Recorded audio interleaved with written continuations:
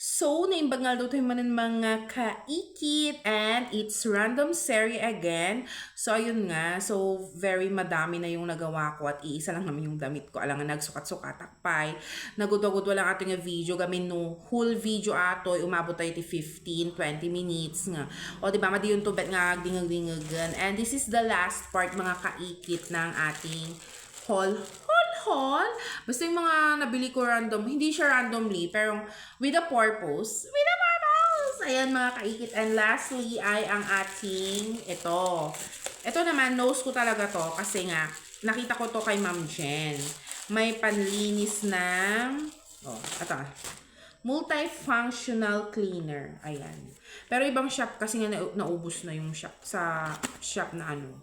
Choice Local ata yun. You know, I can say baka maban bang tawag dun mga kaikit. But anyways, ayun. Eto, nakikita-kita ko na siya.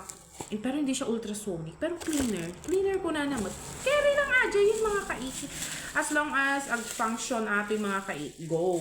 Kasi nga, di ba yung salamin, aksa ngayon nagadutirugit-rugit na di ungto-ungto kahit kud-kud makasta. Nagrigat nga malinisan mga kaikit. So, atoy, gumata nga. Nakita ki ni Ma'am Jan nga ron, mga kaikit. And then, ito yung itsura niya. So, dito, dito mo ilalagay yung salamin. Ewan ko nga kung kasya. Parang hindi naman kasya mga kaikit. Hindi nga siya kasya. Kita niyo mga kaikit. Sakto lang siya.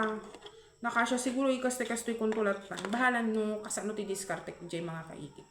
But anyways, yun lang. So, meron na rin siyang panlinis din ng pang-dry ng salamin. And then, ito ay kakalob-kalob lang na ganyan mga kaikit. And I hope this will be useful to me mga kaikit. Hindi lang kasi salamin, kundi mga adjing jewelry. Diba? Kaya kasi malinilinisan mga kaikit. And that's all mga kaikit. Ang ating random series. Hopefully,